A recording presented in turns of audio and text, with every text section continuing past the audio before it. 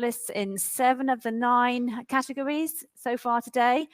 And in a short while, very shortly, we'll be hearing from finalists in the professional research and student research categories.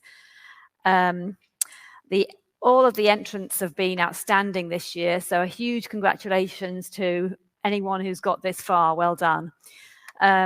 All of the winners of the 9 categories will be announced in the presentations this evening at 9:30, and you can also watch those online. So just a few housekeeping bits before we get started. I'd like to remind you that this is a hybrid event. For online attendees, your microphones will remain muted. And for the attendees here in the room, if you could keep background noise to a minimum, that would be great.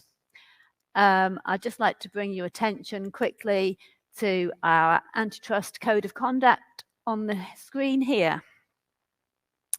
So the first category is professional research, and I'd like to welcome to the stage our first presenter, Christian Schranz from Vienna Technical University.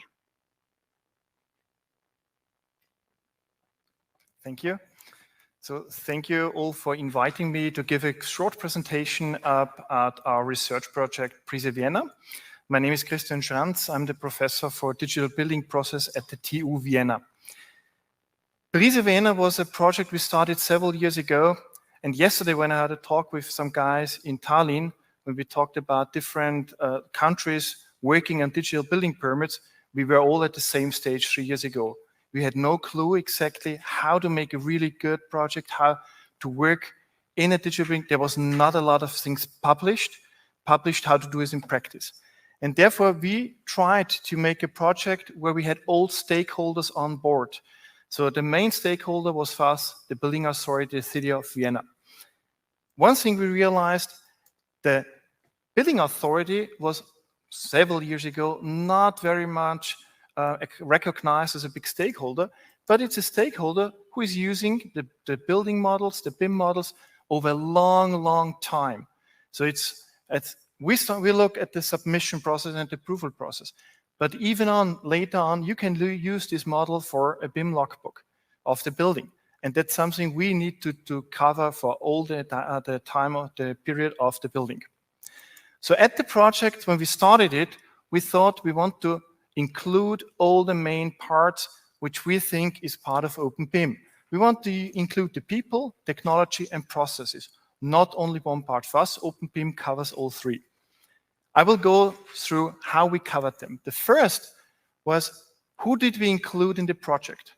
Sometimes we developed a technology and then we asked the people to use it. In our case, we decided it's really important to have the building authority and the building authority agents, the ones who are using the technology, the ones who know exactly about the process, to have them on board. And we had meetings with them every 2 weeks, and we were discussing the process, we were discussing everything they need maybe to change in the process, but maybe to learn also new. Mainly, they don't have a lot of BIM knowledge at the beginning, but during the process, they learned quite a lot. We didn't have all the building agents of Vienna in this project, but a small group. And this small group will now be, or afterwards now be, a BIM supporting group. And the other very important part are the architects. So it's sometimes we define a technology and say this technology has to be used, and the architects maybe don't like it that much because they're forced to do something. And there was one reason we defined at the beginning: we have to use openBIM. We cannot force the architect to use any kind of software. In Austria, that would be anyway illegal. So you have to be open in a way. In the project, then we used also BIM experts and the researchers of my institute in TU Vienna to support the whole process, to make the whole research. The second part was the process.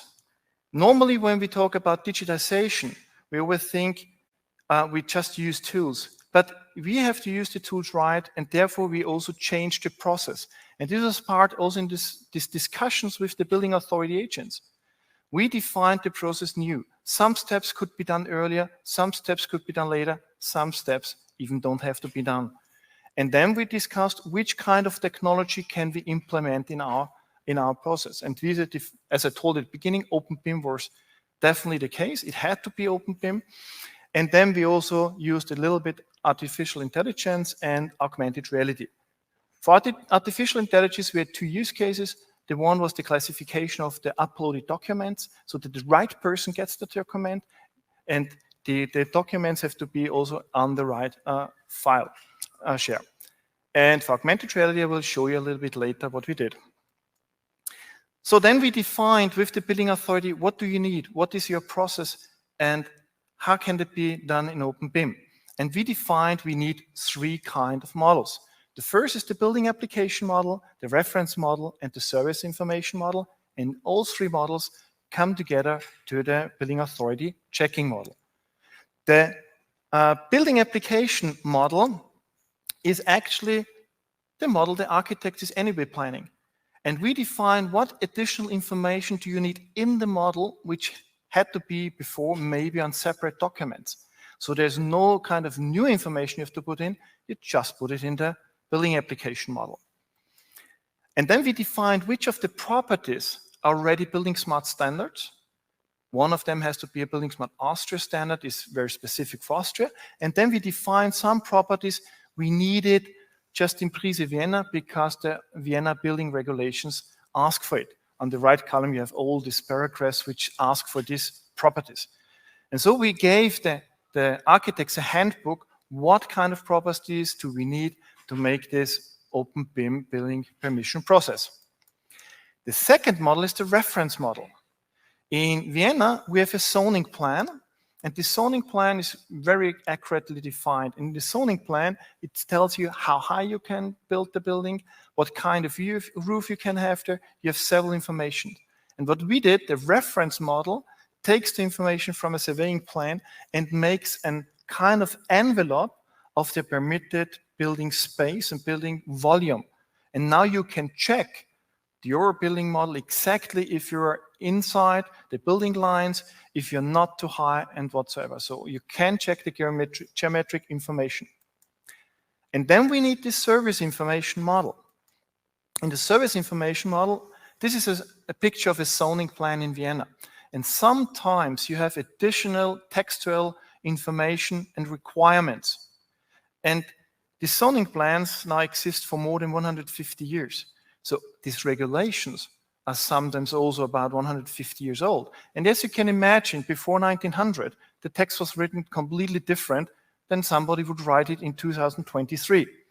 And so we used artificial intelligence to get the information out of this textual information and get it into some BIM properties we can check against.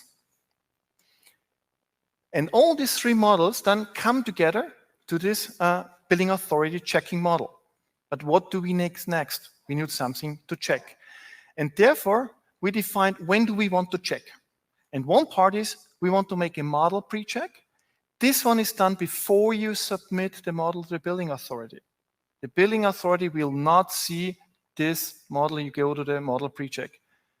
And the architects loved it, because they now know they can test it as many times as they want, and they can train their own people in the office how to make a good model and how to make a model which fulfills the requirement of the building permission process. So this can be done over and over again, and the architects can use it really to train and to check their models.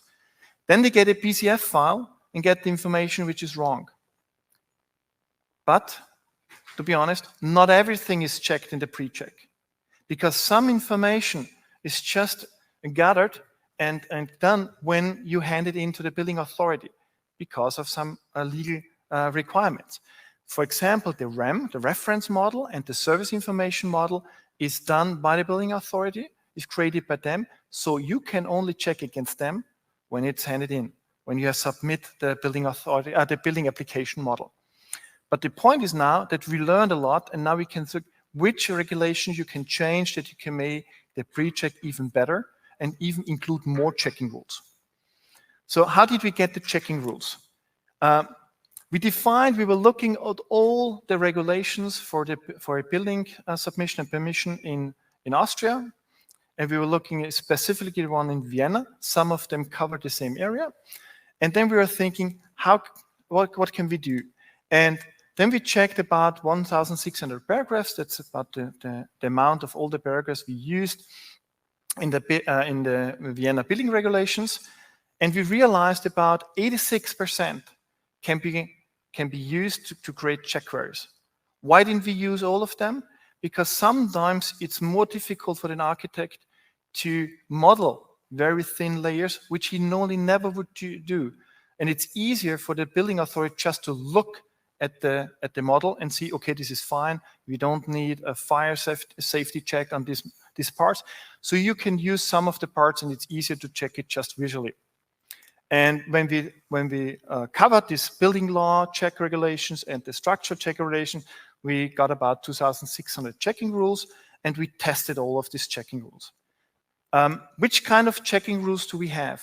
And here it's this, I think in many countries that you have some regulations which define that the building authority officer has to do something, has to decide something.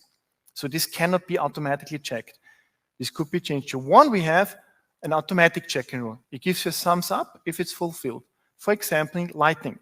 It is defined how much window area you need depending on the size of the room. And this one is also depending on the depth of the room. And it's depending on the position of the windows, in which direction they go. And this can be done completely automatically. Then we have this escape route analysis. And this one, we need a decision by the building authority officer. Because the building authority officer has decided, is the last position really a safe area? This is a decision he has to do. And therefore, it's a semi-automatic rule. And then we have some rules which assist the building authority officer. For example, if the load-bearing elements are okay, if the structure looks fine, and then they can have a look at the statics. But first of all, it helps them. Then we made a pilot phase because we thought we have to check that with real buildings. And in this pilot phase, we were using 24 real projects, and 13 of them were submitted at the same time. Analogous, as kind of right now normal, and with a BIM model. And then we could check, do they show the same errors, or what is not working in the process? What needs to be refined? And this was a very important part, and it was a very important part for the architectural offices taking part in this project, because they learned a lot. They learned a lot about how to create open BIM files, how to make good open BIM files. And afterwards, they said, for us, a building application model which surpasses the open BIM building submission process is kind of a standard. It's kind of a standard for a model we can use further on. So all the time we were using a testing phase. The testing phase, the first one was inside, was like in the team, and we got feedback. We changed the rules, and then we make a testing phase in this pilot phase where we had people who were not involved in the research project, but were external partners. And we got, again, feedback, which you can use. So we used always a loop.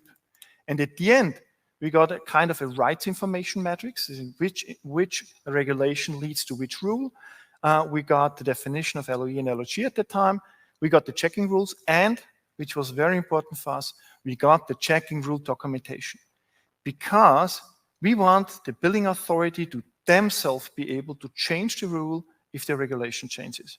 So it was important for us that it is applicable immediately and that they can use it. Then we thought about there's one part which is really difficult to grasp. It's the hearing of the neighbors. When the hearing of the neighbors see plans, it looks like strange to them. It looks wonderful for us. If I see a plan or you see a plan, you immediately see the 3D building. But the neighbors normally are not civil engineer or architects. So they have kind of problems. And so we used an augmented reality tool we developed, and we used it to make a hearing supported by augmented reality. So they see the structure, they see the building, how it looks like, and can much better understand it. And it's even supported in the hearing, because the building authority agent can point to one part, and it's highlighted with every one of the people using the tablet, and we can discuss about the balconies, we can discuss about this, and everybody knows where to look at. And before they use even the model, they get an introduction, what kind of building regulation they can object anyway, because normally you cannot object everything. So for us, it was kind of important to have all three parts in this process, that we give the building authority the possibility to do the thing on their own, And now the next step for us in Vienna was, now we get in contact with a lot of countries. So we are in a close contact with Tallinn, with Estonia. We're in contact with Slovenia, with Czech Republic, with Slovakia, because now we want to learn what they did. We want to give, we want to have an exchange, and to support us together as a group to do more. We are also partner of the European Network for Digital Building Permits, because there you can learn a lot how other people did and how different the cultures in different countries is. This also affects the way building authorities work and at what stage they have to be involved at all. Yeah, and the one important part is that now the next step is to implement it as a working part in the city of Vienna.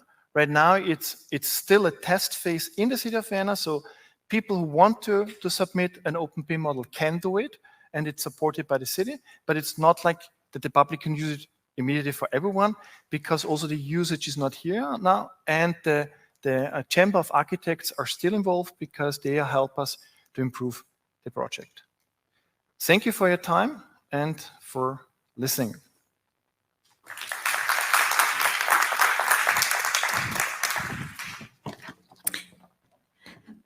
Thank you, Christian.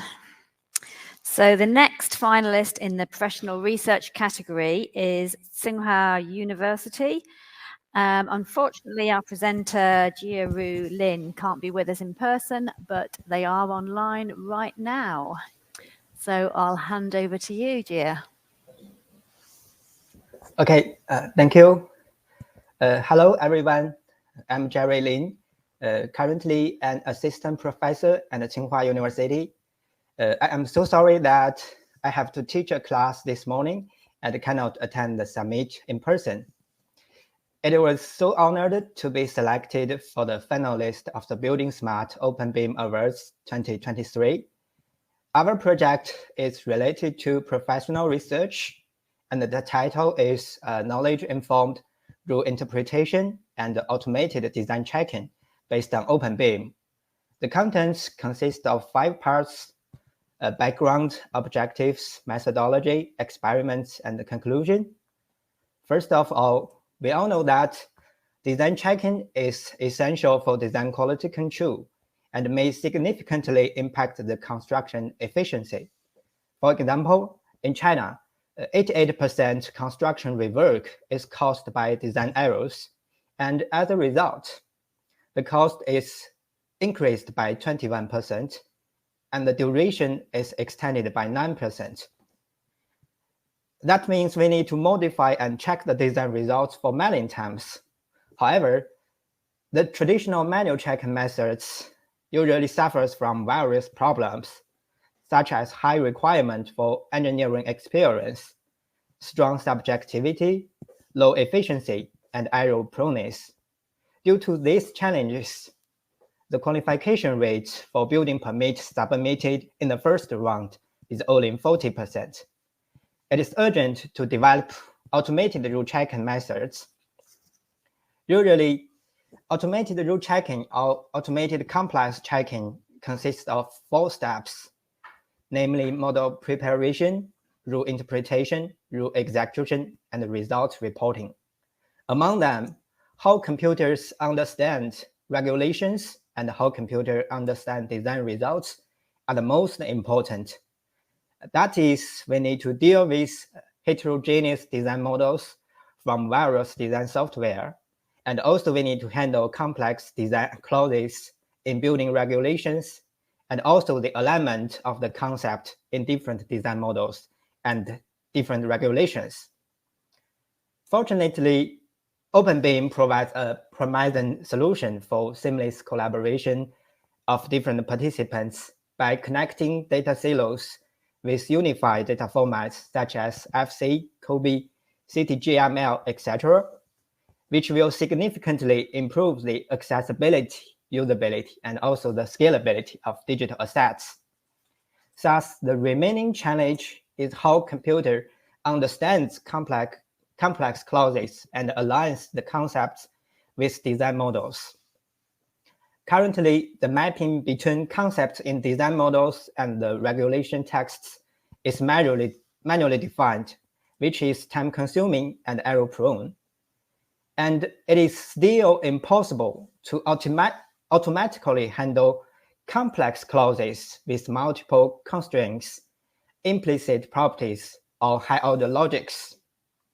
Thus, the objective of this research is to propose a new approach to automated design checking by integrating domain knowledge reasoning, natural language processing, and openBIM. We also try to develop an open, free, and powerful solution for automated design checking. Regarding the methodology, a framework with 4 parts is proposed.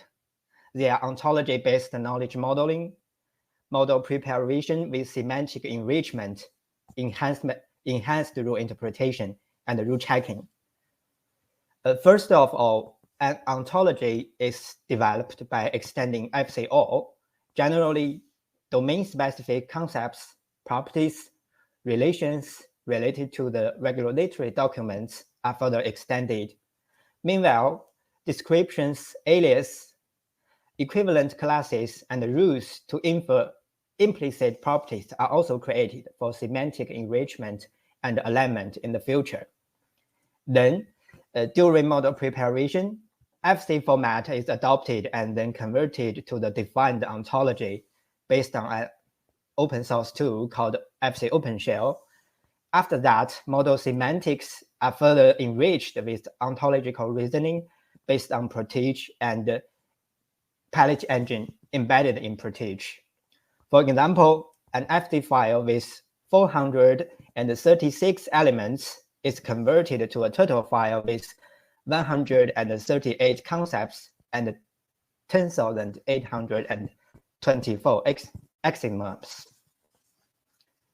Regarding understanding regulatory texts, the basic idea is convert building codes written in texts into computable codes, such as SPARQL queries. This involves several steps: processing regulatory texts to identify computer processable clauses, semantic labeling that recognize key concepts and properties, and also safety parsing that extracts the syntax structure. An extra step to handle complex rules are also introduced. Then computer executable codes are generated. First of all, for labeling and parsing, a few labels are first defined to indicate the concepts and the properties, etc. in the sentence in the building codes. Then a deep learning model called ARC-BERT is developed and fine-tuned to automate the semantic labeling process. After that, a parsing algorithm based on context-free grammar is proposed. With this algorithm, a clause will be converted to a syntax tree, which can represent the checking rules in the abstract style and also in the programming language neutral structure. After that, to link the concepts in the regulations with those concepts in design models, semantic similarity based on words embedding model is proposed, which could consider the similarity between names, alias, descriptions, etc. of different concepts. Thus, the concepts in regulations and design models could be linked accurately. While for complex clauses, the previous process may also encounter some issues, such as data type or data range conflicts between the generated rules and the data model. Also, the procedures to infer implicit properties may be missing sometimes. Thus, a conflict resolution step is introduced based on knowledge reasoning, which could use the previously defined ontology to amend the generated syntax tree and also enhance the code generation process. Finally, computer executable codes such as SPARQL queries are generated automatically. At last, the check-in procedure is implemented based on GraphDB, which could execute the SPARQL queries and also identify the elements violating certain rules. After the results are further visualized based on Blender, another open 3D visualization software widely used in the industry. To test and validate the proposed method, we proposed an overall software ecosystem map shown here. All the private things mentioned are put together. First, ontology is created based on Protige, while model preparation is achieved based on FC OpenShell and Jana. And the rule interpretation is implemented based on Python, Anta, and open source deep learning models from Hugging Face and also Gensia models. Then the data are fed to GraphDB for checking and further sent to Blender or FC.js for realization. Within this system, this ecosystem, design models created in Revit, Tekla, Bentley, etc. could all be processed and checked based on FC. All the tools adopted are open source or freely available, and it is easy to scale the framework for other scenarios. Following the above map, several datasets for algorithm training and deep learning algorithms, and also a prototype are developed in this project. All the materials are uploaded to GitHub and open for further investigations. Regarding the results, the developed semantic similarity and the conflict resolution algorithm achieves the best accuracy of 90%. And the automated rule interpretation is 5 times faster than manual interpretation by domain experts. The accuracy for interpreting simple clauses and also complex clauses are all higher than 95%, which outperforms previously state-of-the-art methods. We also tested the prototype with some typical BIM models. Results show that the tool could improve the checking process for 40 times. That means we can save lots of time, and the designers could have much time for design optimization, which may further benefit the construction and also the operation phase. Finally, to conclude the outcomes, this project proposes a knowledge-informed rule interpretation and a rule checking approach to automated design checking.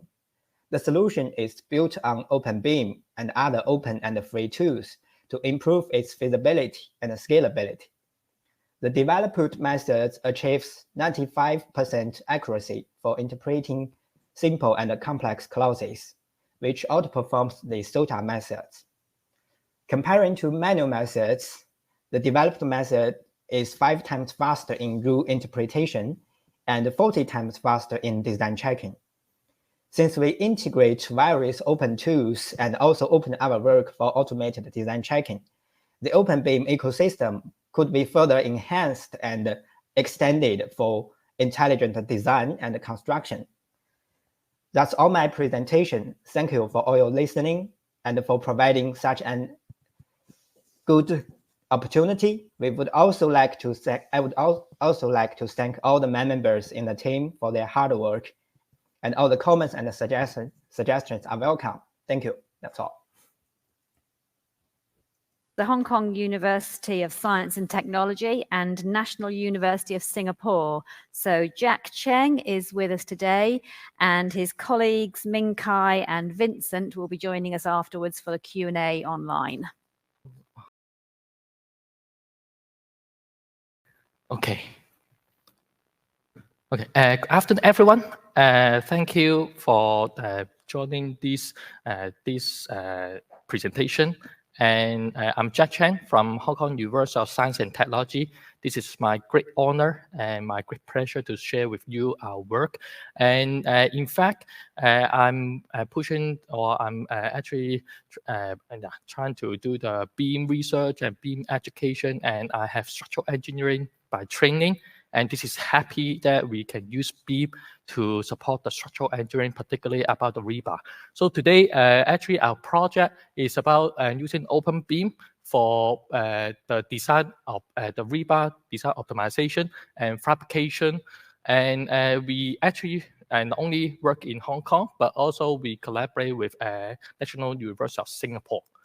And our team members actually have myself focusing on construction, and also we have Professor Sam Chen focusing on structural engineering, and we also have Professor Vincent Gan from NUS focusing on the digitization.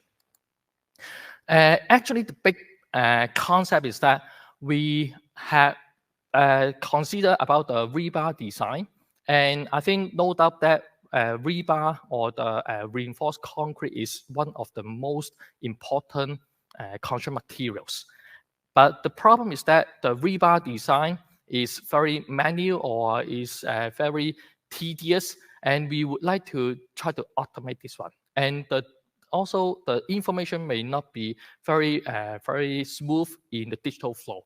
And also, many times we need to generate many documents, many drawings, etc. We would like to automate this one. We also need to use a lot of software using structural engineering. And then that's why we hope to use openBIM to support the interoperability, particularly how to support the design optimization. We try to integrate the different software using openBIM and then support the optimization and AI. We also try to support the prefabrication and know what is the information requirement based on the IDM and MVD, etc. We also apply this one in a real project. And this is a sports center, 6-story, and the project has been finished. And then I will mention more about this one later.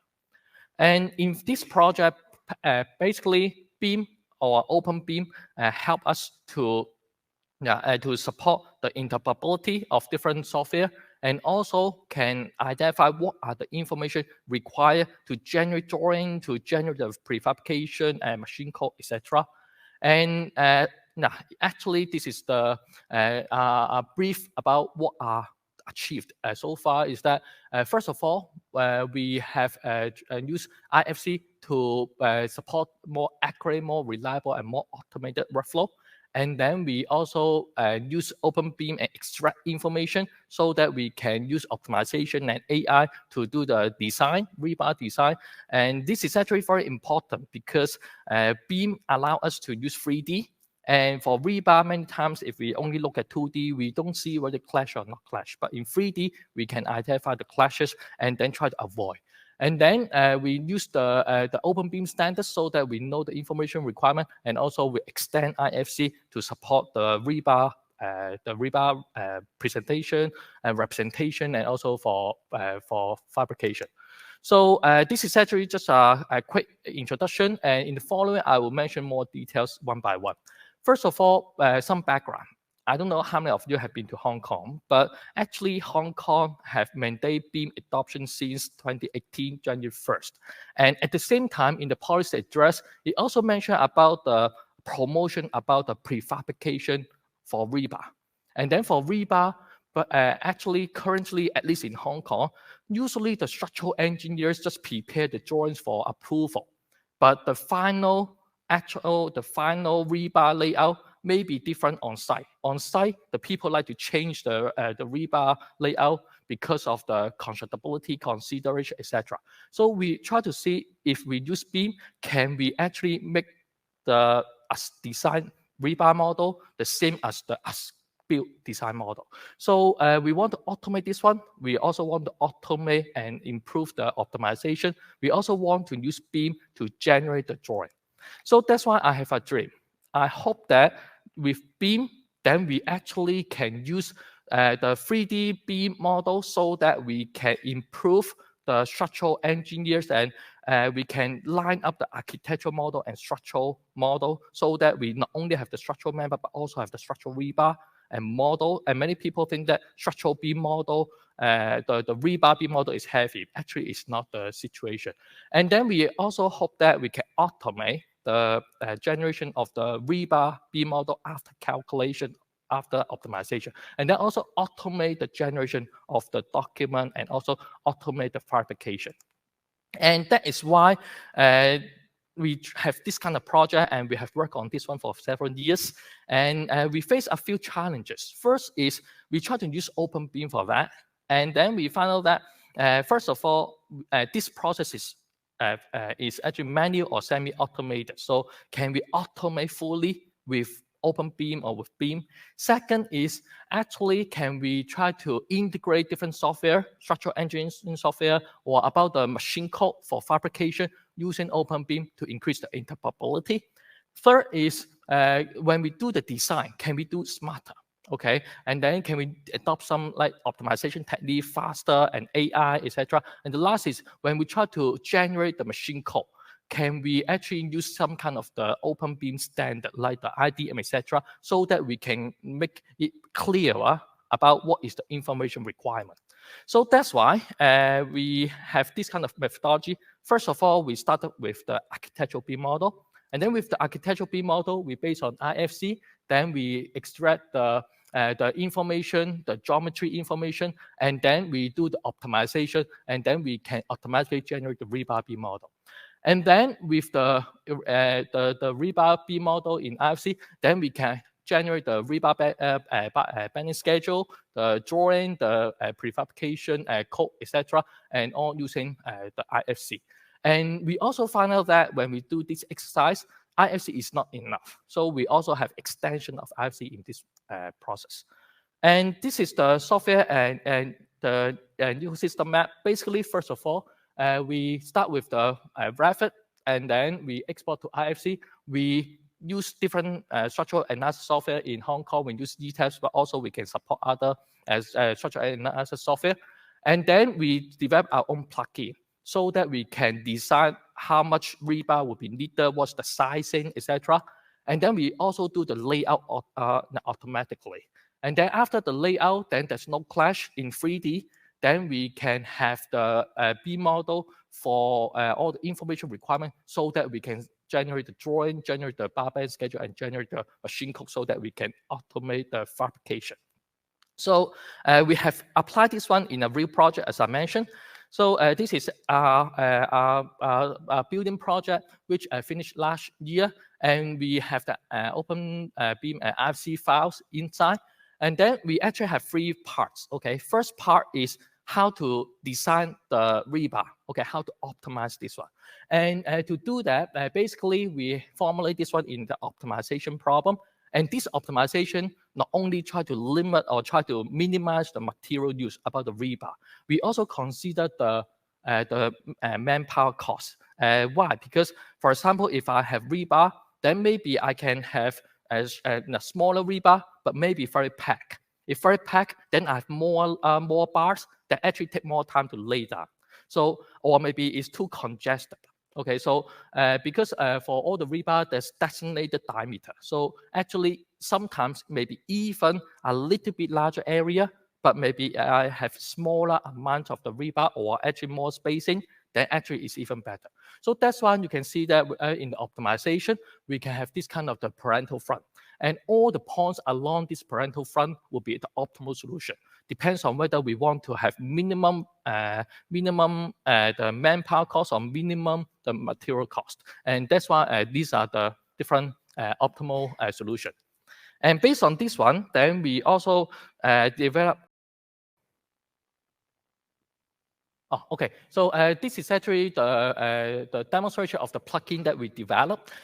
Based on all this optimization, then it reads the BIM model, all the geometry information from IFC files, and then it will try to generate according to the code, and then what will be the number of bars and what's the sizing, etc. And then we also try to not only use optimization technique called GA, genetic algorithm. We also try to use AI to do that. Particularly, we try to use a technique called the GNN, the graph neural networks.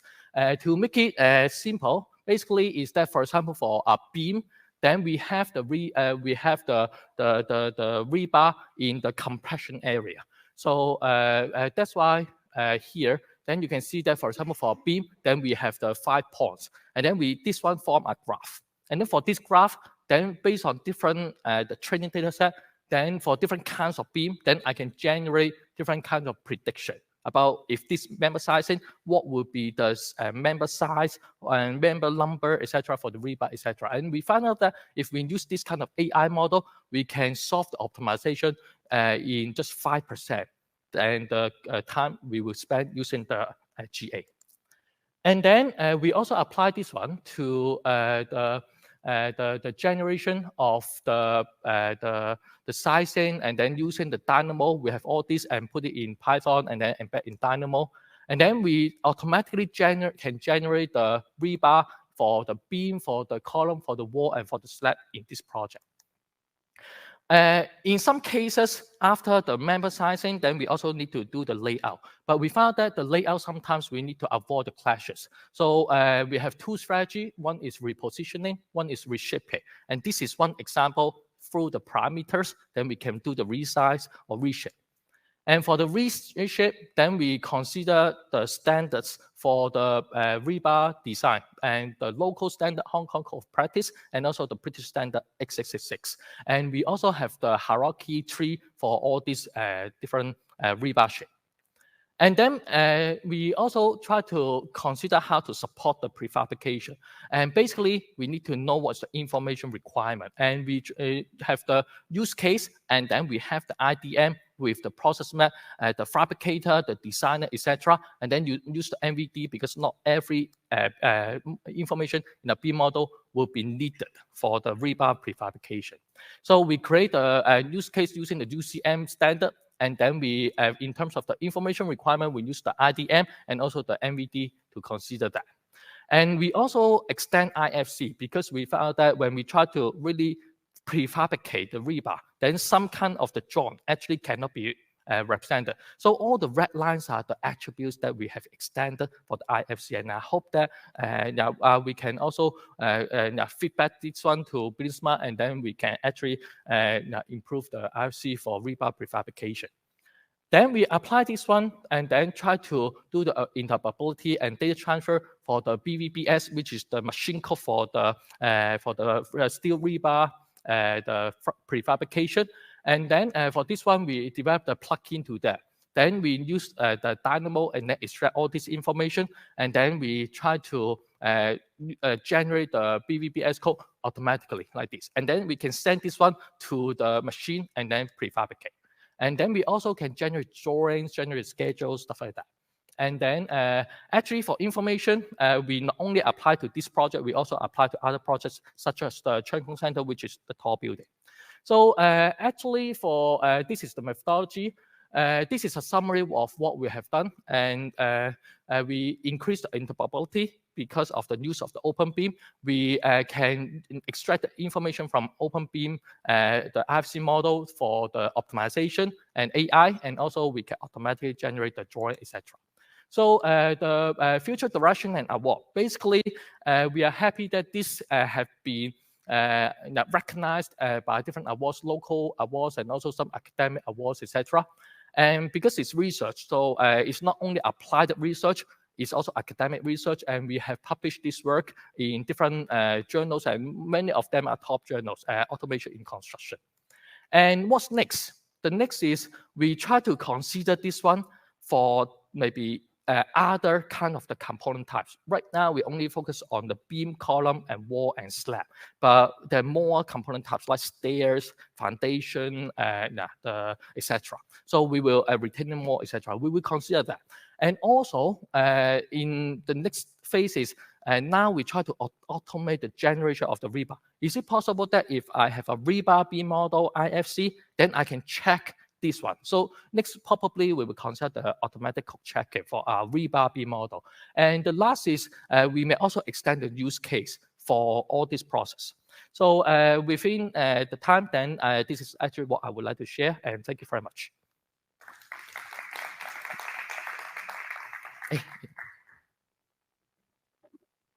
Thank you very much to all the presenters. I'd like to welcome them back up on stage, and we'll begin the short Q&A with the jury. So please come back up. I know we've got someone online as well, Claire. So 2 people online, so 3. So that's the Tsinghua University and some Singapore University as well. Okay, so yeah, if you can remember to direct your queries. So Singapore University will also be answering questions with Jack, and then you've got the Tsinghua, which was the one earlier, and then we have this gentleman here. Okay. Just a question to all of you. You were taking existing standards, applying it in an artificial intelligence, and make an abstract what's working or what's not working. So, but do you feedback the missing parts from your research to standardization bodies? And how do you do it? Or how did you do it? To all of 3 of you. I did not exactly understand the question, so could you repeat? You put a lot of I think 1,500 regulations in Vienna and Austria, and you put it through an artificial intelligence, and you extracted them more or less. So you get all the rules, etc. later on, but well, all of us can be sure that there's misunderstandings or it doesn't work out, etc., etc. How do you feedback this to the standardization bodies so that they can improve their standards? So in our case, it was not that we did not use artificial intelligence to look at all the regulations. We just used it for the zoning definitions. For the regulations, we went through them step by step with the building authority agents, so that we could find also the regulations which had problem, which were not automatically usable or machine readable. So we went really step by step. This was this right information matrix, as we called it. And now we have this information matrix, and now the building authority officer, which are in direct contact with the regulators. So in Vienna is like a city, but it's also a province, so it's very special. But it's very special. Yeah. But the part is, you have 2 million citizens there, so it's really big. It's about 1/4 of Austria, and there it's the special case that the building authority works closely together with the regulators and even makes suggestions how to change it. And now this is going back in 2 different parts. First of the Vienna building regulations, and there's some Austrian regulations, which we called OEB, but which are valid for all of Austria. And now it's going back that this one can be done much better, that you just change the parameters in your checking rules, and that the ones which, sometimes they're written really strange. For example, we have one regulation which says, if you have a certain amount of people, like in this room, you need a certain amount of fire extinguishers, and it doesn't say what the certain amount is. So the person has to decide time by time. And this is much clearer when you have to tell it to the computer. If you have to make a regulation, a code, then it's clear that this is not a good regulation. And that's the way they started also to learn about how to change their regulations. So we used machine learning for the analog text, what we have in the survey plane. So there's description, special legal text, and this is written over 100 years. And we used AI to make from that property set and properties. So we make a analog text to a machine readable text. And then we go with the checking rules. Mm-hmm. Thank you. Okay, yeah. So actually, for my problem, it's relatively maybe simpler. Is that because we are talking about the rebar design, and then for AI, basically we have the data-driven approach. Basically, it really depends on the training data set and also the test set.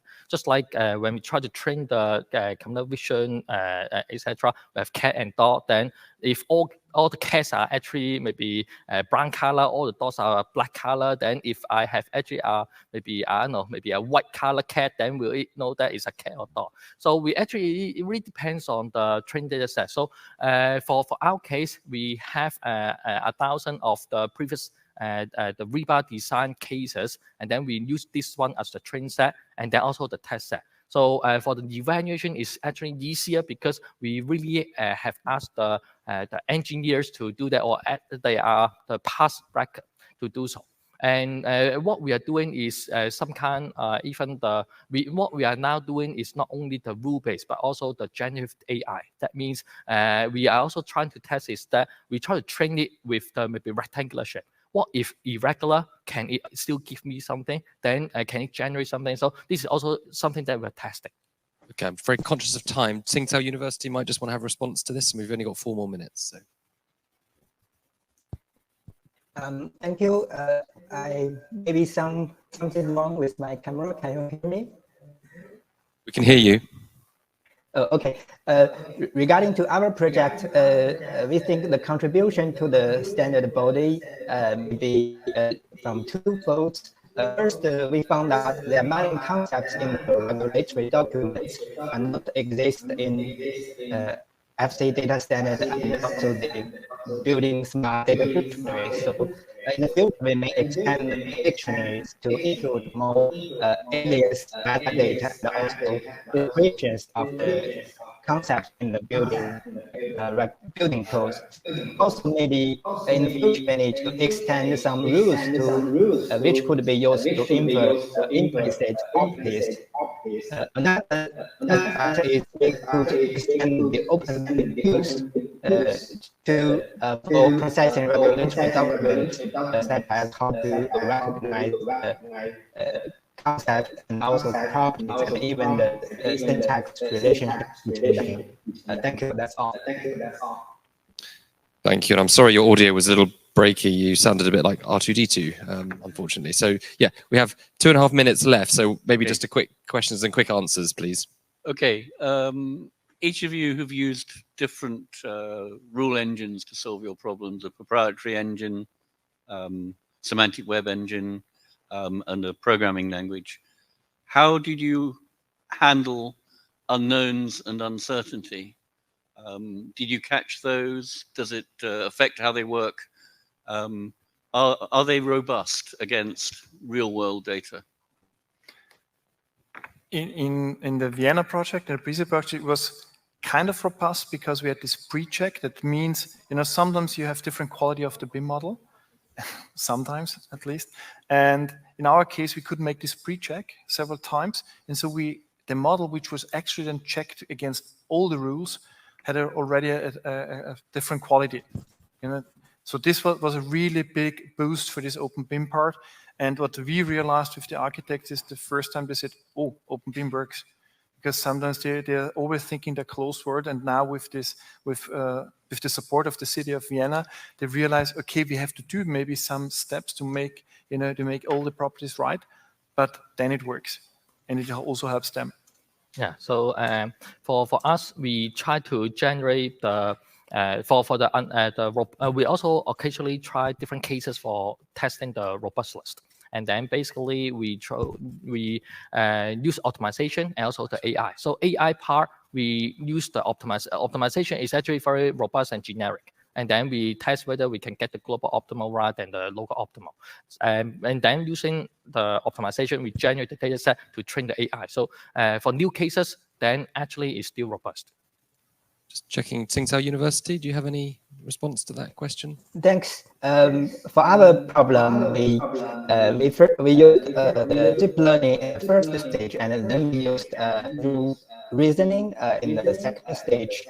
That means in the first stage, we collect a lot of data to improve the performance of the deep learning model in semantic labeling and also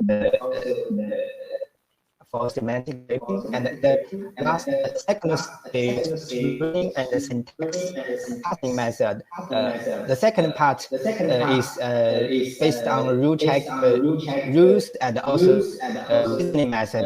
The result would be accurate and also avoid the uncertainty in our problem. That's thank you. Yeah, I'm sorry your line was still a little difficult. I think we need to wrap because we've got a hard stop for the gala dinner. So we've obviously got the next round. So we'd like to thank you once again to all of those.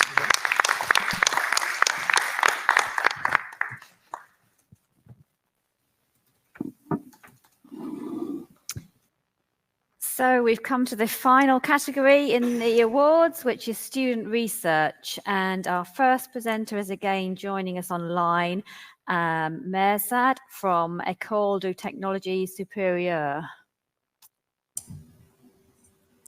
Hi, can you hear me well? We can hear you, thank you. Yep, over. Awesome. So, good day, everyone. My name is Merzad, and I'm joining virtually from Canada to present our nominated research with the title Neural Search for openBIM.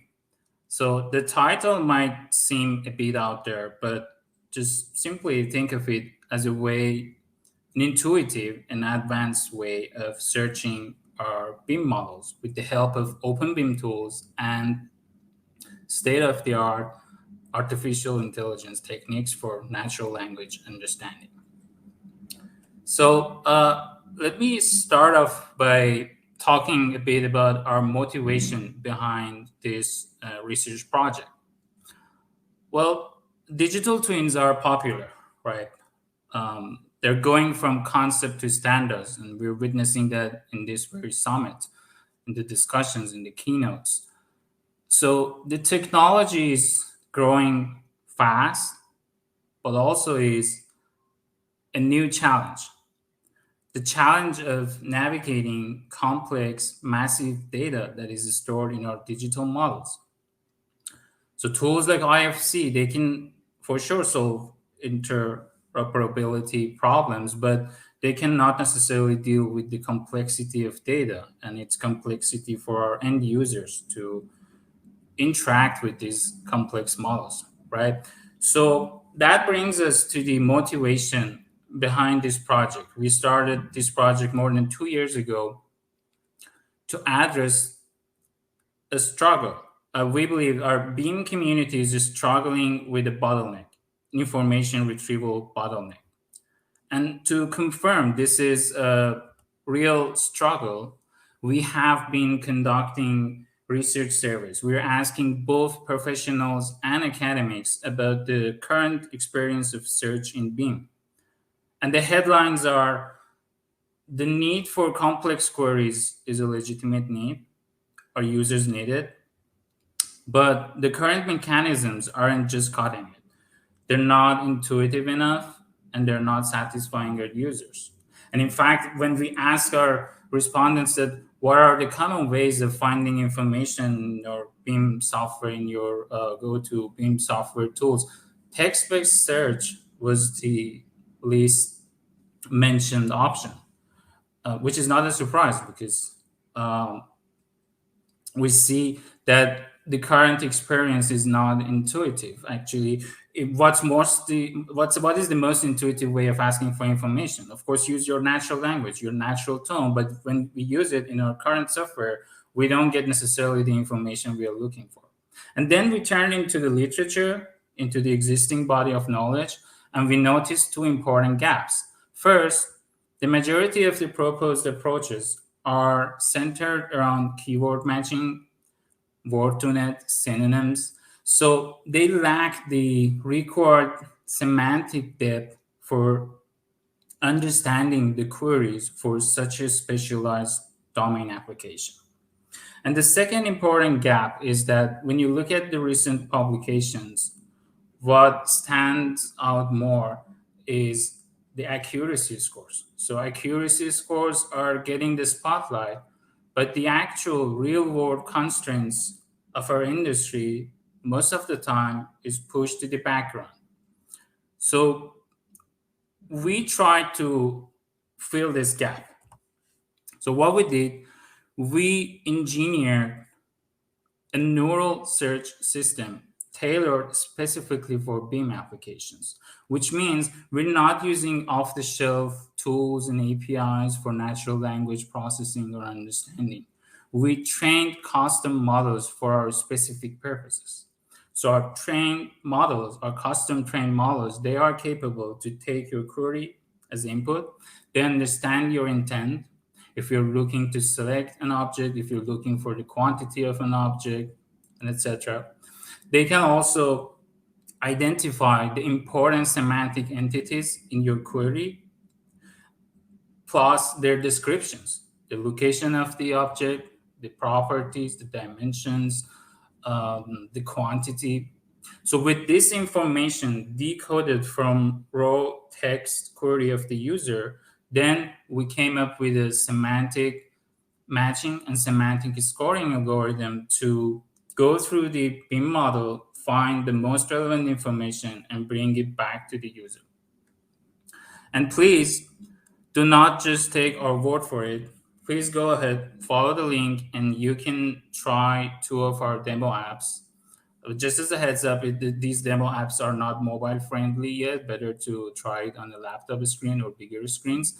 But in the first app, you can try our search engine, our search system against benchmark high quality IFC datasets, including famous duplex apartment. And in the second app, you can just use your text as input, and the system will identify a semantic entity extraction on top of your text input. So for the, if you try the search system, although it is still a proof of concept stage level, but you immediately will notice the difference. You will notice that you are not longer limited by the correct use of keywords. You don't have to think of a right keyword. You can use your natural tone, describe what you're looking for, describe its location, describe its quantity, describe its properties. And this is something that is, at least today, still missing from the majority of the streamlined BIM authoring software tools, right? So moving on, I would like to draw your attention to the instrumental role that openBIM tools, IFC schema in particular, played in our research, and it can play in other similar research works. Well, in fact, IFC schema was at the core of our system design. But why? Why we chose IFC? Why it's playing this central role in this research? Well, in response, I can give you a few crucial reasons. Well, first, we believe that openBIM, the shift towards openBIM is inevitable. It's happening, right? And that's for obvious reasons. Transparency, interoperability. So these are not just buzzwords anymore, right? These are the true DNA of a modern construction technology for tomorrow, right?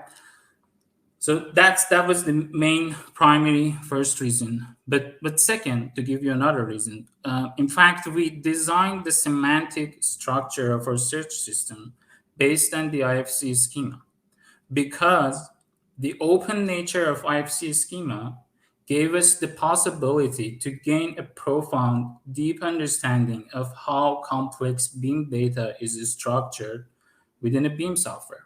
Right? So to introduce a new technological layer on top of an existing technology, we need first to deeply understand how the data is being stored, is being structured in a software tool. Otherwise, it becomes impractical to add a new layer to the existing systems, right? So this wasn't possible without the openness of IFC schema as the key database schema or data schema model.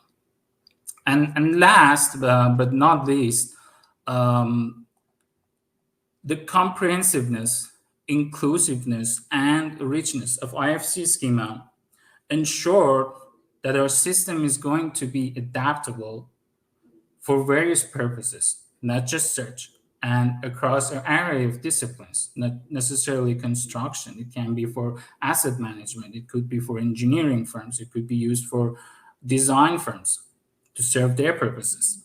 And this is, again, this is thanks to the richness and inclusiveness of the IFC schema, as it's covering a wide range of domains and applications and purposes within its original design. And we know that it's just gaining more and more and more maturity, right?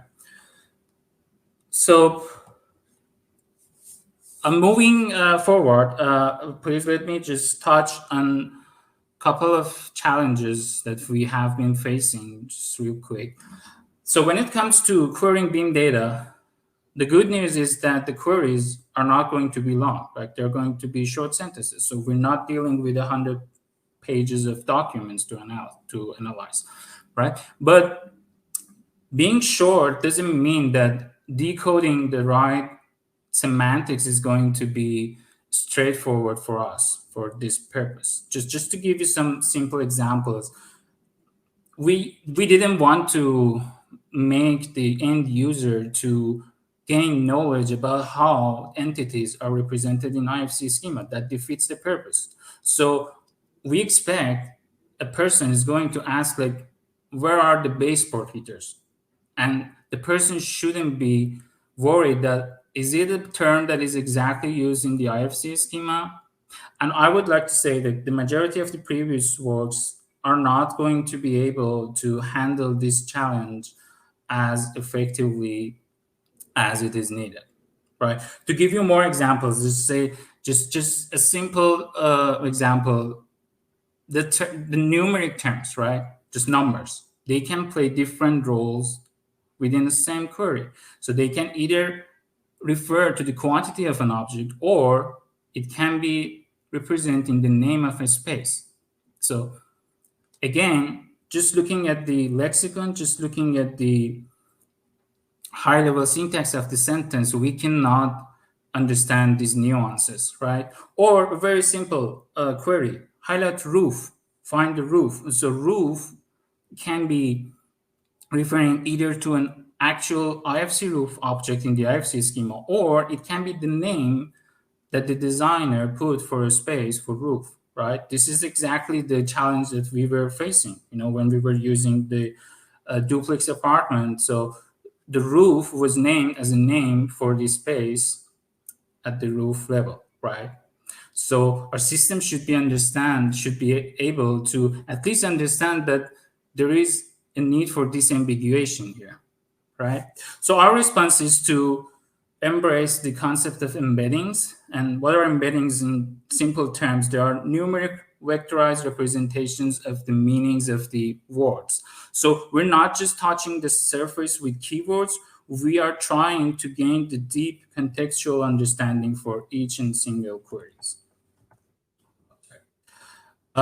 So yeah, the implications of this research definitely goes beyond pure search in BIM. In fact, by narrowing the gap between domain-specific text understanding of our technical knowledge for machines and the way we digitally represent our build tested data in our BIM models, then we can streamline development of more intuitive and user-friendly interfaces for our software tools, as well as automating tasks for our industry. So in addition to obvious scenarios such as automated compliance checking, think of this, that you send an email, you're asking for an inspection task, your robot in the job site will understand the content of the email, will understand the task, and because it's connected to an IFC model, it knows where to find the element that you're interested about.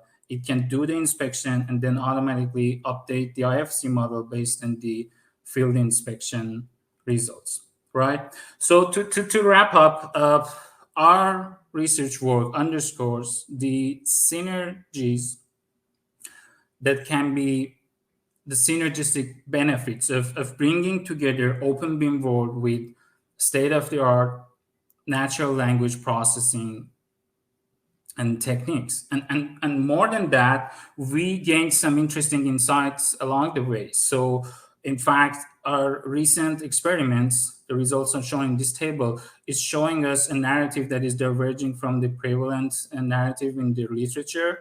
We showed that a bigger, more complex model doesn't necessarily mean higher accuracy, but it definitely means higher costs.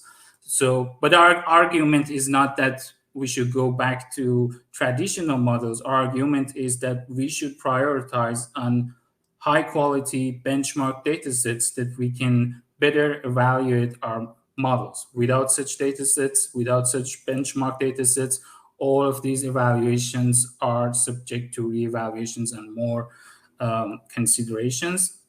So that's where we are strongly recommending the research community to prioritize on. And yeah, at the end, I would like to thank my research supervisor, Dr. Motamedi, and our research group READ for providing the ground for this research work, Best Logic and MyTax for their sponsorship. And we would like to hear from you. If you're interested or have any questions, please reach out and contact us. Thank you very much. Thank you. The second finalist in the student research category is AFRY Deutschland, and our presenter is Felix Herrmann.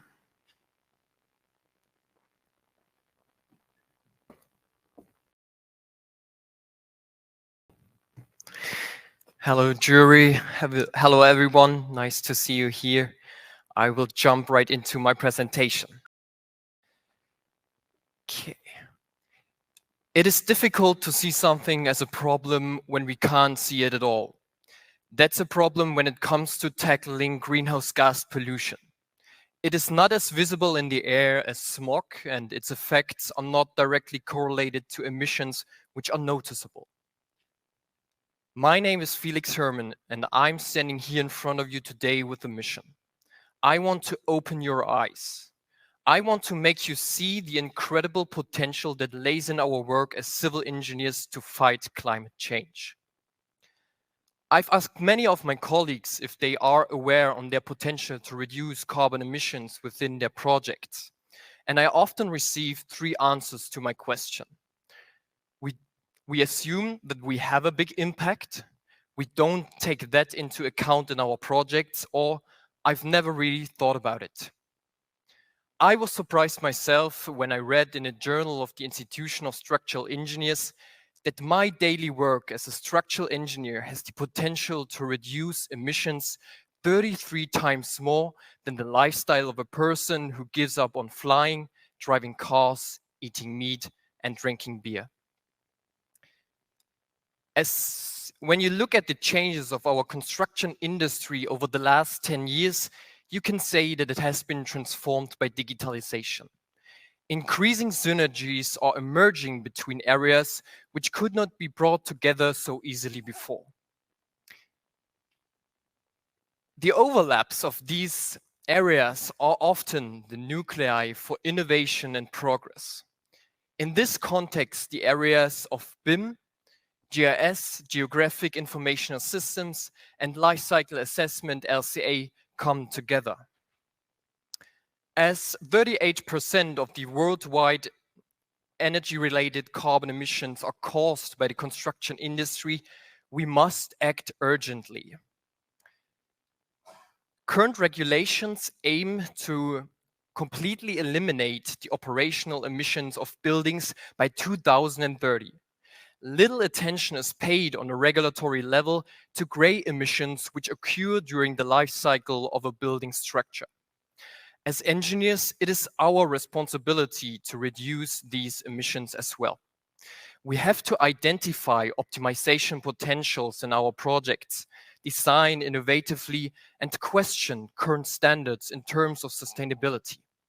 My focus today is on the first aspect, the identification and visualization of optimization potentials, because we can only optimize and control what we can recognize and see. So let's talk about life cycle assessment in our current construction industry. At the moment, and this might be surprising to many, it is not the focus of attention and practice. Currently, life cycle assessments are used in the building construction at the end of the planning phase to meet certification requirements. But at this stage, and this is what this graphic clearly shows, we honestly can't make much of a difference when it comes to reducing carbon emissions within our projects. 80% of the emission reduction potential falls by the wayside. If we really want to make a difference, we have to include life cycle assessments much earlier in our planning process and take actions to reduce emissions within our projects. Traditional life cycle assessment is work-intensive, manual, and prone to error. Often the results leave project participants without a clear understanding of the environmental impact of their projects. The BIM methodology offers a solution to that. BIM models contain important data for life cycle assessments already at an early planning stage. It therefore simplifies the data gathering process and increases the accuracy of the life cycle assessment. However, BIM is not yet the solution to all problems. Current BIM-based LCA tools work efficient for a limited amount of different models, but reach their limits when it comes to complex projects with several hundred different BIM models from different software vendors. Current tools are not designed to process such large amounts of data in an automated way. This leads to significant challenges when it comes to large projects where even with BIM, the workload for lifecycle assessments remain high due to an increased manual input from users. There is an urgent need for an automated IC-based lifecycle assessment methodology in our construction sector. In my research work, I've developed a methodology which makes it possible to do lifecycle assessments in all project stages, especially in the early ones. The methodology operates in an automated way to minimize manual work for users. It works based on the IFC standard and is therefore independently applicable of authoring software. Furthermore, it creates easy understandable result visualizations in three-dimensional environments. With that, project participants should be quickly able to identify environmental hotspots and optimization potentials within their BIM projects. We call this method BIM metrics, and it aims to fill an important gap for automated, efficient, and accurate IFC-based lifecycle assessment in our construction industry. The methodology was developed using real large-scale infrastructure projects. It is thus based on real data and integrates ideally into existing planning workflows and open BIM workflows. The methodology is suitable for all project sizes and links BIM, GIS, and LCA data. At AFRY, we design various infrastructure projects, and by doing that, we consistently rely on the IFC standard. As a member of buildingSMART, we have decided to use IFC as the basis of all our internal data analysis processes. The open BIM approach is essential for our daily planning work, since it gives us the opportunity to freely choose the authoring software we want to use within our projects. Therefore, it was a logical step for us to develop our automated IFC-based lifecycle assessment methodology based on the IFC standard. The methodology comprises several processes which run simultaneously and sequentially. This graphic gives you an overview over the architecture of the methodology. The various sub-processes were executed using ETL software. ETL stands for Extract, Transform, Load. Here in this graphic, you can see the input data in blue, the processes in yellow, and the output data in green. In future optimizations, we aim to replace these ETL processes with more efficient and powerful code.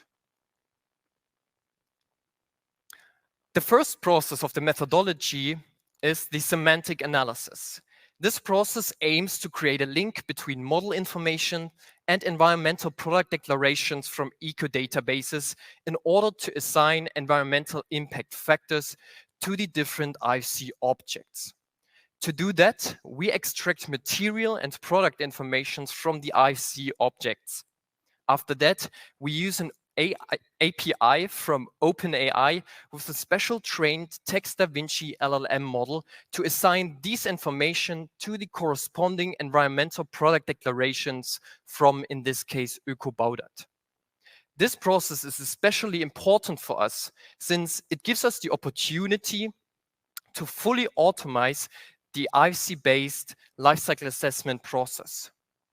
Another key step in the methodology is the geometric processing of the IFC models. This includes the division of the IFC objects by a grid, which consists of 3 by 3 meter grid cells. This division enables us in the visualization process at the end of the methodology to precisely identify local differences in environmental impacts within a model and between different models. Going on to the following process, the impact assessment, the quantities from the various submodels were calculated and then multiplied by their corresponding environmental impact factor in order to determine, for example, the global warming potential of an IFC model. GIS data is incorporated into that process in order to include more precise and accurate data into the lifecycle assessment already at early planning stages, where for normal this kind of data does not exist. An example for that is the use of soil type maps for the assessment of earth mass movements, or the precise identification of transport distances for materials and products. The final step of the methodology comprises the creation of three-dimensional result visualization models on the basis of the environmental impacts of all submodels within the grid cells. So let's take a moment and think about all of this. We have developed, tested, and validated the BIM metrics methodology. It was developed based on real large-scale infrastructure projects. It is thus based on real data and integrates seamlessly into the open BIM workflow and actual planning processes. Thanks to the IFC standard, the methodology is universally applicable and independent of authoring software. It allows us to cross borders because it does no longer matter whether models from building construction or infrastructure are being analyzed. Furthermore, the methodology is suitable for all project sizes and all project stages. And as I said, integrates into existing open BIM workflows. Currently, there are no other applications besides the developed method which are capable of automatically process such large amounts of data, calculate the environmental impact of IFC models in this way, and present the results in context of the overall project. Since we use IFC as the basis of our analysis, we have to ensure the quality of the information contained in these models. In order to achieve accurate results from the lifecycle assessment, we recommend using the BIM metrics methodology after an appropriate quality control of the underlying IFC files. We are already looking at the future, and the next step of our work is to the creation of generalized environmental product declarations for various structures and building products. Many of these EPDs do not currently exist, but are essential for lifecycle assessments within our construction sector. Furthermore, we are currently working on an improved version of the AI-based mapping process in order to increase the accuracy of the mapping and include more international eco-databases into the methodology. Our goal is to offer the BIM metrics methodology as an open service for users with which they can analyze their IFC-based BIM projects. I want to conclude my presentation with the words, "You can't change what you can't see." And this is where we start. The methodology I've developed shows us as engineers and construction professionals where we can take actions to reduce the environmental impact of our projects. The construction industry is at a turning point. Let's use advanced tools and methodologies and integrate the open BIM approach into our solutions.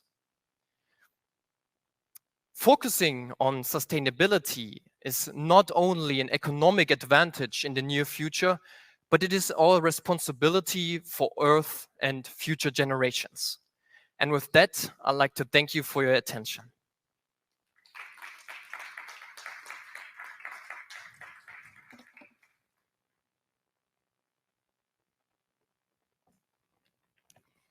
Thank you, Felix. So the third finalist in the student research category is the Technical University of Munich, and our presenter is Casimir Forth.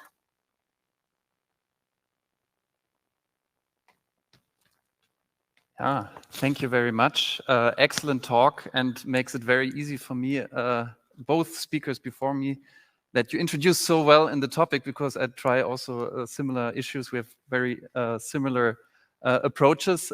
So my name is Casimir Forth. I'm a part-time PhD candidate from the Technical University of Munich with André Bormann as my supervisor. And I'm presenting my PhD topic, BIM for early LCA, automated LCA for design decision support in early design stages and using openBIM and NLP-based semantic model healing. Sounds very similar to the presentation before. So quick wrap up for the motivation, why the construction industry is in such importance. We have economical importance. 13% of the global gross domestic product is related to construction industry. At the same time, we have huge impacts of social aspects, such as people spend 90% of their time indoors, so we need to tackle also comfort issues in our buildings. Then environmental issues, waste generation, 40% of the global waste generation is related to construction industry, and 50% of the resource demand. But again, as the speaker before me, I'm focusing today on CO2 emissions. Generally 40% globally are related to constructions. But what I'm focusing to is the embodied emissions, so the emissions for the material manufacturing, which is globally speaking 11%. When we're looking at BIM in early design stages, we often have this problem that we didn't define all the materials, all the elements in detail yet. So often we have then top-down approaches, we have benchmarks which we tackle to calculate, for example, life cycle assessments. And then in detailed design stages, we have all the details needed, all the materials specified, so we can really do this holistic bottom-up approach or bottom-up calculation. But what we want to do is really take these materials from late design stages and shift them into early design stages. And if we don't know yet, and we didn't specify in an IFC model yet materials, we take a range of material options so we can calculate holistically lifecycle assessment, but including not the uncertainties of these models. So our general goal was to develop a method that enables automated calculation of embodied emissions using openBIM. And there's also another highlighted feature, multi-criterial variant analysis. So I'm focusing not on infrastructure projects, but on buildings. This was embedded in a framework that we're not only looking at CO2 emissions, but we're also looking about costs and energy simulations. So we want to include it in this multi-criterial aspects, of course, in early design phases.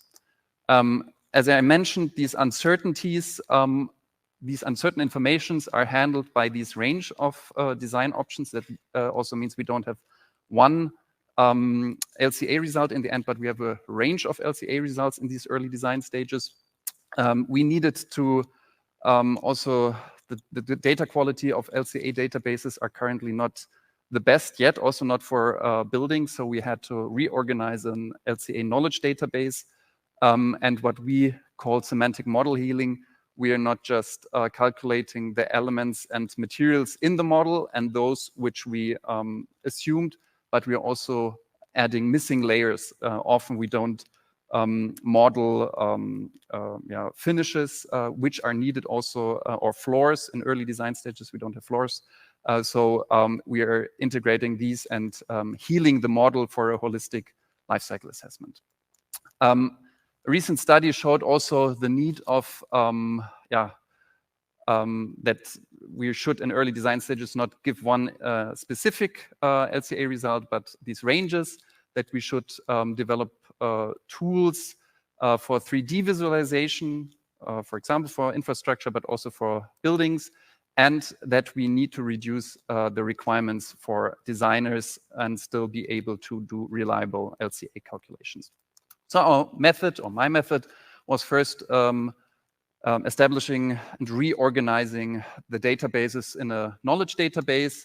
Then, of course, based on BIM authoring tools, we are exporting IFC. We both used IFC X3, 2X3 and IFC 4 models from Revit, Archicad, and Allplan, real-world models. And then the main contribution was then, after the automated quantity takeoff, So we had basically two requirements. The elements need to have a classification. We used the German classification standard, and it should contain base quantities as an export setting. And then we had this NLP-based element matching from IFC to this knowledge database to calculate then in the next step the LCA. The design decision support was then visualizing the hotspots, so normalizing first the results. So what can you actually optimize, or what is maybe in a high impact but can't be optimized because it's always high impact, high emissions. Then select different elements, showing what other variants have maybe better impacts, then optimizing the design, and finally changing the final variants and communicating back these changes using an extended version of BCF. For tools, we used MySQL. We had from our sponsor, my funder of the part-time PhD position, Siemens, they provided us with real-world case studies already exported in IFC, so I couldn't change any settings here. I used IFC OpenShell for the parsing, the quantity take of BERT. We checked different language models and came up in a study that BERT, for our purpose, was the most sufficient or most the best performing language model. Then calculated with with Python the LCA results. Used IFC.js for the visualizing. We developed a front-end prototype, tested it with 108 candidates in a user study.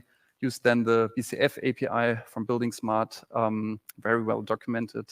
Thank you very much. And MongoDB then for the BCF issue generation.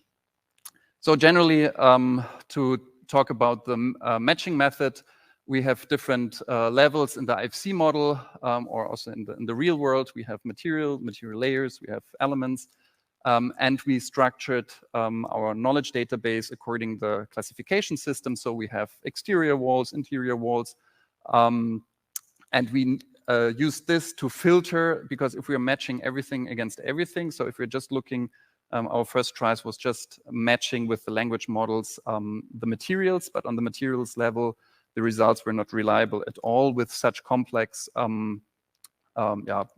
structures. So we needed to structure it and filter it and narrow down the matching the matching elements. So we did this filtering, which increased the matching performance significantly. Then in the next step, we did the similarity analysis, and then a small algorithm which selects then the element.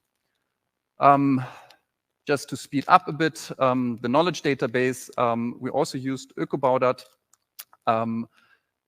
ÖkoBauDAT sometimes doesn't have end-of-life scenarios, so that's the module C, C3, and C4. We had to add these end-of-life scenarios for a specific data set, so we had to fine-tune this. Then on the material category level and element layer level, depending on which element we had to add the lifespan. How often do you exchange certain layers? So this was an external database which we included. And finally, the element layer, we also found out sometimes there are no IFC elements available in an early design IFC model, but in the IFC element names, there are also material information hidden. So we used these three layers to do our matching. Again, the first speaker already talked about semantic textual similarity. I used BERT, so this is, for example, one vector of the dimension 768. It's the encoded embedding of the word concrete with the BERT model. And on the right side, I checked it against, for example, how similar is concrete, the material concrete, to cement and to brick. And we found out that cement and concrete is the most similar one. And we did this for several language models, finding out that BERT is sufficient, the German version of BERT. yeah, and to go in more detail, so it's not as simple as just shown before. These 3 steps are a little bit more detailed. So we have the filtering in the beginning. Then we have quite complex similarity analysis. We are comparing a lot of tokens and spans of the material categories, the material options. So material options are generally more specific. They have the reinforcement strength in it, for example, for concrete, while material category is still undecided. Sometimes we don't have these information in early design stages, so it's just concrete would be the material category, and for example, a material element would be then reinforced concrete. So we also have the reinforcement steel included. As the last step, we have then the selection. We're comparing which similarity is the highest. Is it the one with the elements? Is it with the material category or the material option? And depending if none of them are sufficiently similar, so if they're too low, the similarity is just 60%, we say it's not enough, it's not similar, so we say we need to take a default element. Sometimes there are also IFC materials missing, or just quite random words in the IFC element. There you also used default elements. We published beginning of this year this in Energy in Buildings. We used 5 real-world case studies. Again, BERT was the sufficient language model. We had a quite good matching performance of around 80% completely correct. Sometimes we couldn't validate because there were too little information to say that's the correct element matching, and just around 1% were wrong matches. Again, here, what we said in the beginning, the LCA results are ranges and not specific values, so we could also prove that. And the next step, we did the decision making. It's also in the paper now under review. We used different visualization strategies for the communicating the LCA results, but also including the uncertainties. For example, using transparency, gradient colors, or box plot diagrams. And we tested this with prototypical implementation. This is just a short video of this. We had it online for the user study.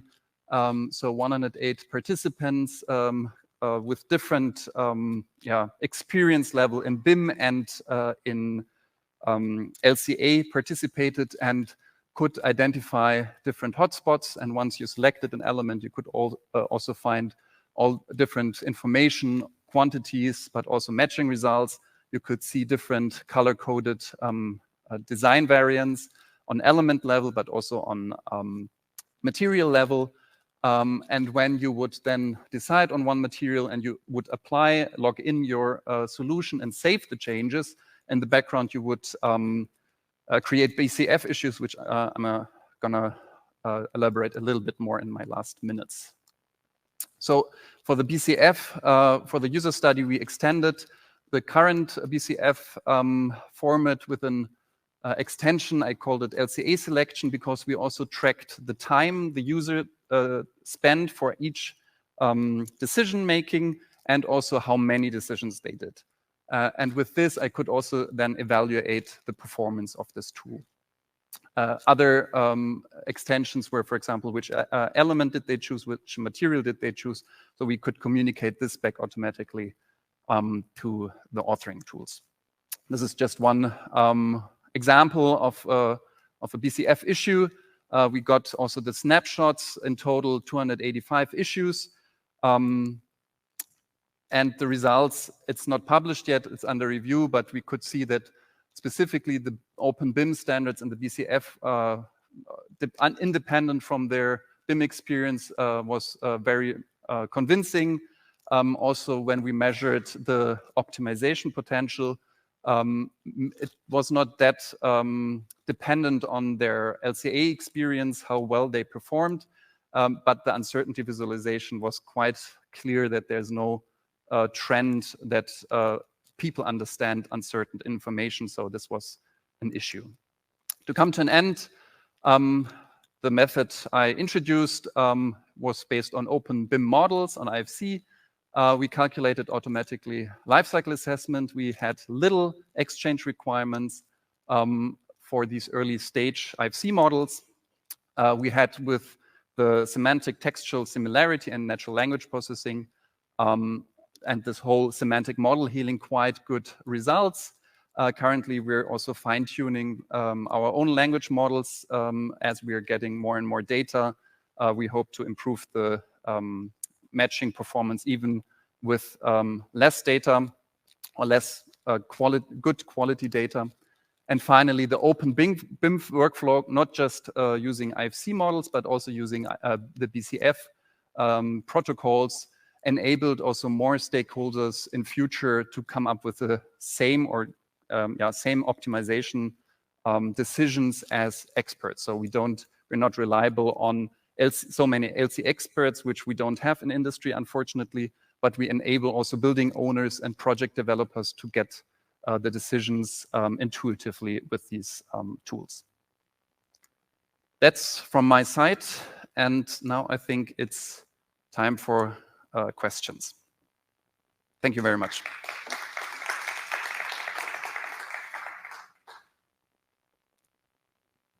Okay, so Mehrzad is back online with us. Thank you, Mehrzad, for joining us again. So yeah, if I can ask the jurors for their questions. Thank you so much. First of all, congrats to all of you. Incredible job and exciting, and thank you for your presentations. I will have this broader question for any one of you. You have worked on NLP and LCA, all of you. So it's clear the impact that your work might have, but I will ask you the impact in our buildingSMART standards and on our community. Do you have a vision of for further developments, people that might want to follow you and your work? What could be the next achievements on the road that you are tracing? Mehrzad? Yeah, thank you. So yeah, I would say what we explored and what we are sharing with the community, we believe it can work as a catalyst to increase the rate of adoption for openBIM. In fact, by making interactions with BIM tool software more intuitive, more user-friendly, more professionals and practitioners coming from different backgrounds, coming with different levels of expertise in terms of technical expertise, are going to be motivated to make use of these tools that are supported by openBIM. In fact, again, openBIM is already effectively addressing interoperability challenges in our community. So by adding this extra layer, this intuitive interface, we can encourage more and more people, kind of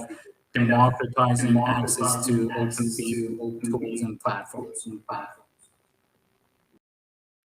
Okay, so our approach is that we are currently looking into in our companies to learn peoples on the topic of lifecycle assessment, and when we go further where the BIM metrics methodology is usable for many more peoples, the good thing is that the barrier of entering all of this will be, thanks to the AI-based mapping process and all technologies like that, will be low. Yeah, we can then peoples without a broader knowledge of the whole topic of lifecycle assessment just need to drag and drop their models into the, for example, cloud-based applications, and then get the results out of it. And the great thing about this is that by doing that, the users receive an impressive, and the most important thing is that the result visualizations and the results will be easy to understand for them. This is not a thing for high-level research people because it needs to be intuitive for people to be used in practice.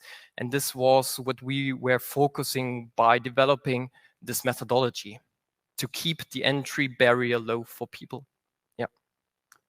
Thanks, Felix. And about standardization, maybe in general, I think generally also somehow finding a way how to express uncertainty of these early design stages, also within an IFC framework. We have P sets for environmental emissions, but we don't have the accuracy. How validated are they? So this could be a huge potential also to communicate these uncertainties in early design stages. Then the second part is also interoperability with EPDs, how to make them computer readable, how maybe to integrate or link them with the current buildingSMART standards. And finally, also how to communicate with BCF issues. I think that's also not commonly used, also, especially in this decision making, at least I'm not aware of, to also further extend, to communicate if we have simulation results, to communicate these back with BCF issues, then into the authoring tools, and then to keep these information not in a dead end, but in a constant loop. Yeah. Thank you. So I think we have time for just one more question to all three of our finalists.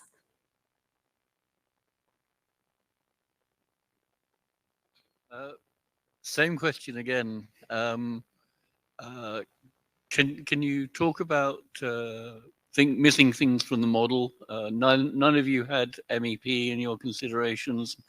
None of you were thinking about furniture and fitting out and so on.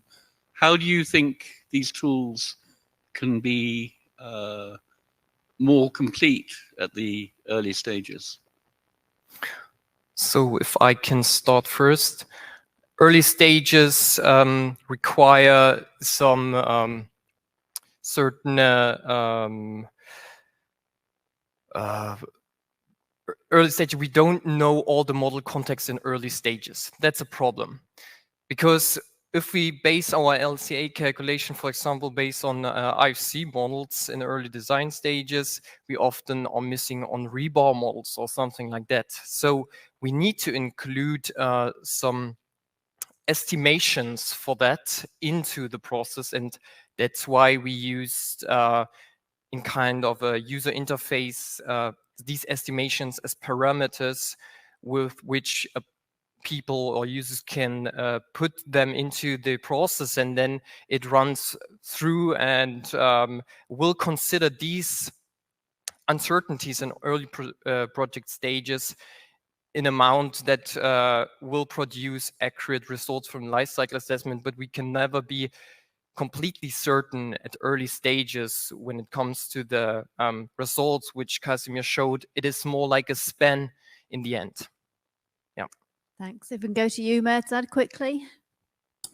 So yeah, I would say that our research at its core, the contributions can be used in another way to solve this kind of problem. In fact, the core of our research and similar research that Felix and Casimir are doing, I believe that what we are doing in the community is that we are trying to make it easier for a computerized system to make sense of IFC, the way data is stored, the way data is handled in the computerized systems, in a way that is both readable for humans and machines. So as we push the edge research in this direction, we can provide this high-level understanding of machines to, for example, identify if a piece of information is missing, if a piece of information is not making sense compared to what we know from past projects.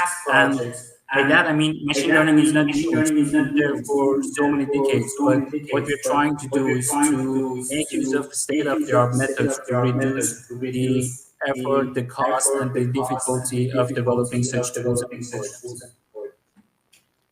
Thank you. And Casimir? Yeah, I think we had about MEP last year already in Greece, a discussion about it. I had listened to an interesting session today called TechBox, which is a system thinking approach of saying, okay, we don't know, for example, about MEP, electrical in that case.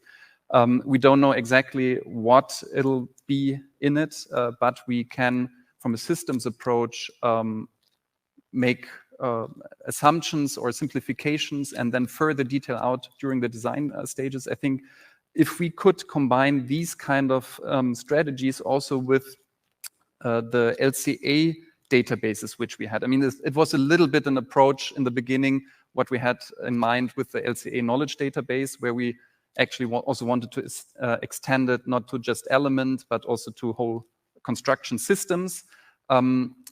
If we could include this not just for the constructions, but also the mechanical, electric, plumbing, to further domains which are not included yet, this will be definitely a relevant approach. But on the other hand side, we also need a lot of research about these data sets.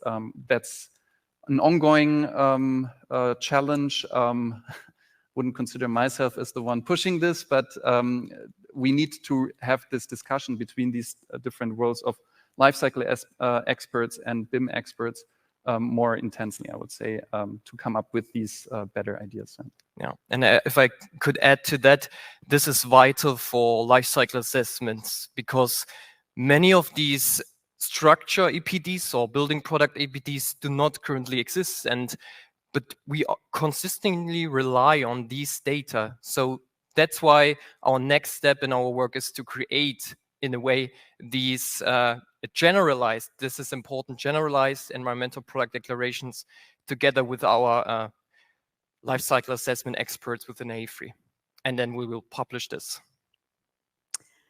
Thank you. I think we'll have to leave it there now. We're out of time, but I'd just like to say thank you to all of our finalists. They've been fantastic. Thank you to our jurors who have now got the hard job of deciding upon one winner per category. And I'd also like to thank everybody who's worked on the awards behind the scenes too, Stephen, Susan, the BSI team. And yeah, thank you for joining us. Thank you for joining us online. And the winners will be announced tonight at 9:30 Central European time.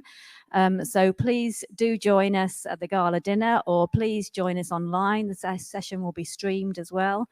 And yeah, we look forward to seeing you then. Thank you.